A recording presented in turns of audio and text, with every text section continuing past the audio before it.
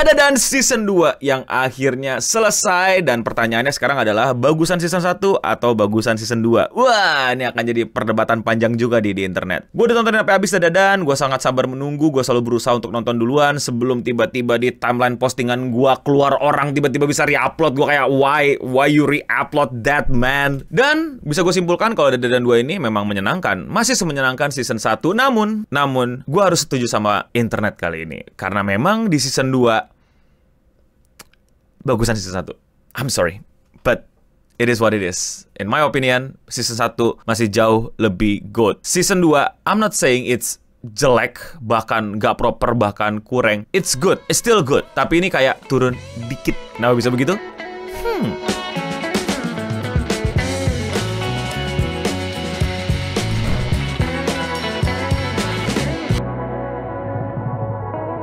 Season 2 Dadadan dimulai dengan video gue disalahartikan dengan banyak orang. Ya terserah sih, gue udah gak peduli sama mereka yang gak mau nonton video dan cuma ngecekan postingan orang gitu. Kan gue nge-review dari beberapa episode pertama, dan ini udah sering gue lakuin di YouTube gue gitu. Jadi kayak, imagine man, lu biasa bikin di warung lu mie goreng beneran digoreng, terus tiba-tiba di-bash sama orang-orang. Wah, bisa-bisanya dia bikin mie goreng nggak direbus. Iya, suka-suka dia, warung-warung dia. Buat yang belum tahu, gue sering banget memberikan first impression gue terhadap anime. Biasanya 1, 2, 3, 4 episode awal. Abis itu gue akan bikin lagi, atau nggak bikin lagi karena udah males nontonin satu season fullnya. Dan ini yang akan gue lakukan sekarang adalah mereview satu season full, yang dimana di season awal bener-bener Dadadan itu memang arc yang belum selesai, yaitu arc Gigi. Itu menurut gue tidak selesai dengan keren. Gue baca manga Dadadan, jadi mau nggak mau gue harus bisa membandingkan. Nah, ini lagi-lagi banyak orang yang nggak memahami tentang apakah semua harus sesuai manga apa enggak.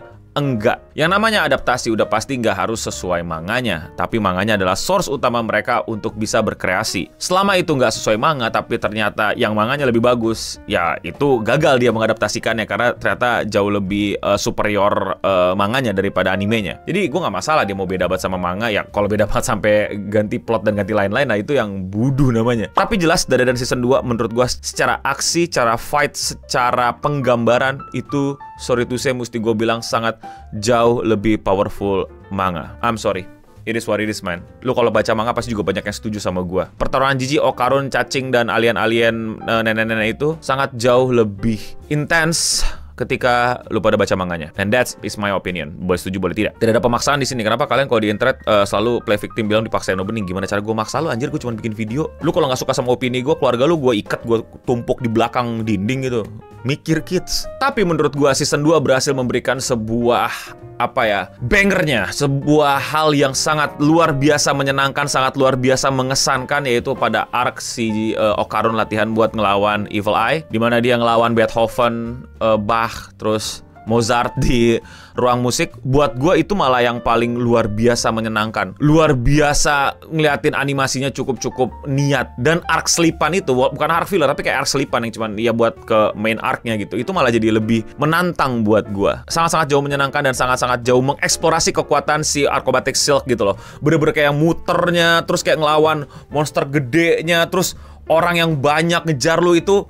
Wow, itu buat gue amazing banget. Itu buat gue luar biasa bagus banget, luar biasa banget. Di situ Studio Saru bener-bener nunjukin kayak we still the GOAT. Kita bisa ngalahin studio-studio lain, tenang aja, tunggu aja, berikan kami waktu dan energi. Dan terbukti memang Dadadan season 2 masih punya banyak surprise yang masih bisa dinikmati oleh para wibu. Itu sangat gue salutin. Walaupun scene UFO turun tetap sebuah scene yang masih gue nggak bisa ngerti jokesnya di mana, dan kelamaan kayak ini still frame ngapain anjir. Kalau bilang komedi, ya semuanya komedi, semua lucu buat lo. Apapun scene diem gitu nggak ada artinya komedi ya, karena nunggu lama turun. I get it. I read the manga. In the manga it's not that cheesy, malesin gitu. Bahkan penggambaran neneknya masih kayak luar biasa megah di itu, kayak di situ kayak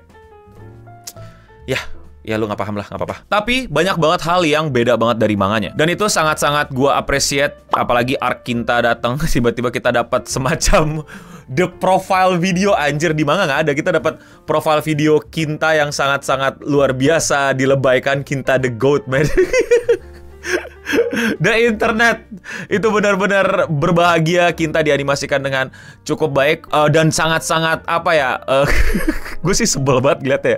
Penganimasian sok keren dia, so awesome dia, soan tetap ini buat gue juga agak jahat sih, nunjukin bener-bener bagaimana otaku Gundam itu. Asli man, ini kesian komunitas Gundam nanti dianggapnya kayak Kintas semua. Sosok-sosok yang benar-benar ditunggu-tunggu sama para fans dan para internet, dan diberikan sebuah adegan yang sungguh spesial dan luar biasa sih menurut gua. Bagaimana di manga juga digambarkan dengan bagus ya, tapi sangat jauh lebih spesial ketika di anime menurut gua, ketika scene transformasi, scene Megazord atau scene Gundam keluar itu menurut gua jauh lebih bahagia dan jauh lebih niat. Itu benar-benar yang kayak apa ya, kayak Power Ranger langsung kecil, langsung kayak sayang ya lagunya nggak bisa pakai lagu-lagu Power Ranger. Kalau bisa tuh seru banget kayak teng teng teng itu bakal benar-benar nostalgic banget sih. Mungkin maybe somebody should remake this into AMV di TikTok or something, because that's going to be awesome man, karena keren banget dan lebih sangat-sangat menyentuh banget buat mereka semua yang udah nontonin Tokusatsu atau Power Ranger di masa kecil ya sih. Jadi buat gue, wah gila seru banget, itu bahagia banget.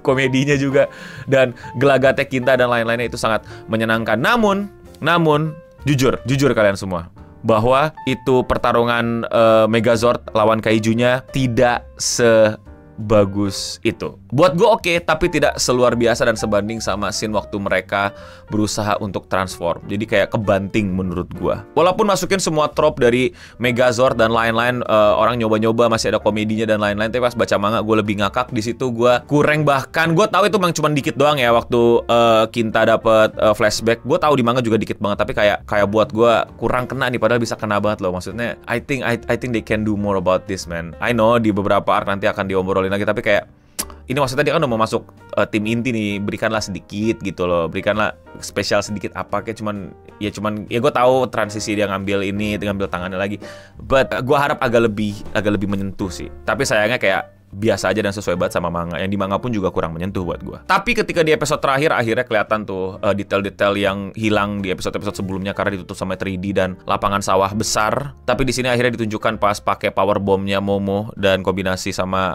Ayase. Sangat-sangat menyenangkan sekali dan sangat-sangat indah gambarnya di episode terakhir. By the way, gue lupa deh, kayaknya di manga si Jiji tuh nggak ada ngelawan atau ngedorong gitu deh, tapi kayak ditambahin deh kayaknya itu. Nah itu kan nggak selamanya nggak ngikutin manga itu. Soalnya itu juga keren di situ pas si Jiji kayak unbothering itu cuman buat ngangkat dan nggak mau ngelawan, itu buat gue menarik banget. Lalu sampailah kita ke Bamora my girl, di nerf.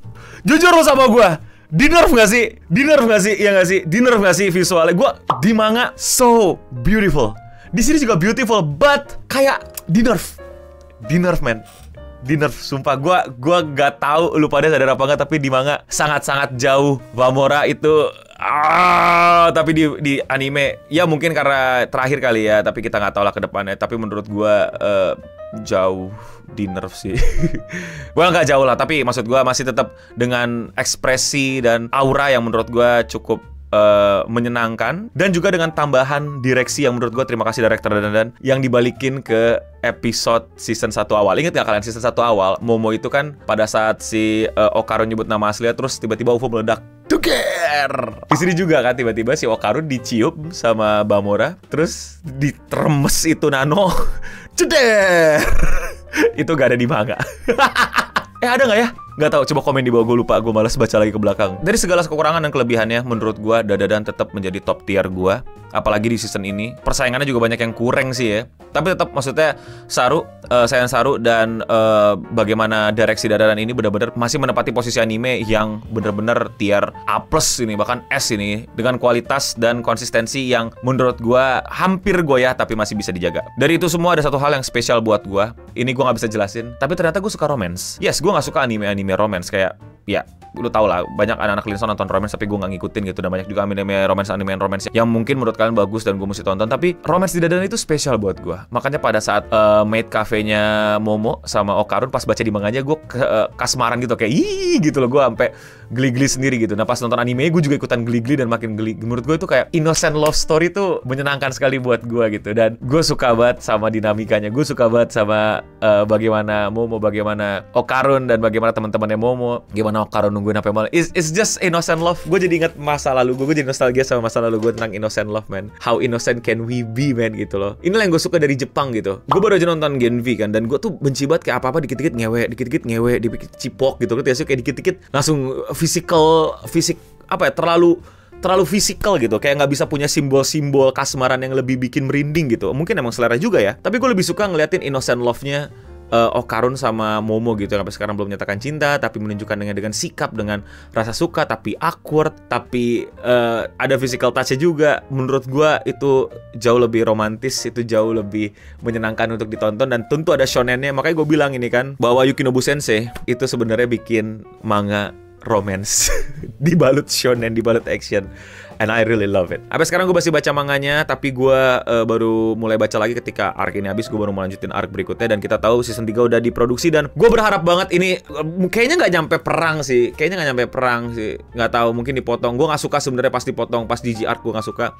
Tapi somehow gue udah merasa ini bakal dipotong sampai mereka berantem, dan akhirnya spoiler alert ya buat penonton manga, mereka mesti retreat gitu, mereka mesti training arc. Kayaknya sih dipotong di situ, tapi sayang banget ya. Gue sih pengen full sampai kelar. Tapi jangan sampai kecepatan juga tuh episodenya. Ya kayak dipotong sih. Dipotong aja deh bagus deh. Dan satu hal lagi, gue sangat tidak setuju dengan internet. Ini bener-bener, ya gue setuju season 1 jauh lebih powerful daripada season 2. Tapi season 2 tidak menjadi kurang, tidak menjadi jelek, tidak menjadi ini, kayak kurang 1 poin, 0,01 poin lah dari season 1. Tapi nggak bisa setara, season 1 lebih terbaik, season 2 di bawahnya, tapi beda 0,01 poin. Itu gue setuju sama kalian di internet. Tapi gue sangat gak setuju lu pada bilang bahwa opening season 2 lagunya dari Aina DN itu jelek, nggak bisa didengerin, nggak enak. Lu kenapa bang? Itu enak banget. Terus liriknya juga kalau lu perhatiin. Terus apalagi intronya gitu, videonya itu it's very romantic bro. Gimana lu ngeliatin Momo dari kacamata Okarun, man, come on. Dan lagunya enak banget anjir. Menurut gua Aina Dian tuh orang yang suaranya tuh susah banget ditiru anjir. Kayak kayak lu denger suara dia tuh kayak langsung, ini mah suara si Aina Dian. Man, please lah dengerin sekali lagi, lu pahami baik-baik itu lagu. Itu lagu keren banget anjir. Yes, mungkin lebih lebih menikmati creepiness. It's okay, sama-sama lagu bagus gitu. Tapi buat gue lagi-lagi yang mencintai romance dari Dada, dan ini lagu spesial buat gue. Dan liriknya juga spesial banget dan menyentuh. Lu dengerin lagu dan nadanya juga kayak menyentuh banget sih buat gue. So that's my honest review about Dada. Dan buat kalian yang merasa dipaksa dan digiring sama gue untuk menonton anime, ya mampus, lemah banget mental lu. Buat yang mau nambahin komentar atau kritik, atau misalnya punya pendapat yang berbeda, atau kalian juga punya pendapat yang sama, juga silakan di komentar di bawah. Dan ya, kalau kalian suka sama pembahasan anime overthinking kayak gini dan kalian mau support gue, lakuin dengan sesimpel klik tombol subscribe. Dan buat yang belum tahu, gue upload video sehari 1. Jadi buat kalian yang masih mau nontonin video gue, cek channel gue dan klik video yang menurut kalian belum kalian tonton. Dan ya, sekian Radio Singam untuk episode kali ini. Gue udah bening pamit undur diri, dan untuk kita semua, man, season 3, my girl, please dibikin epic, stay clean and sound.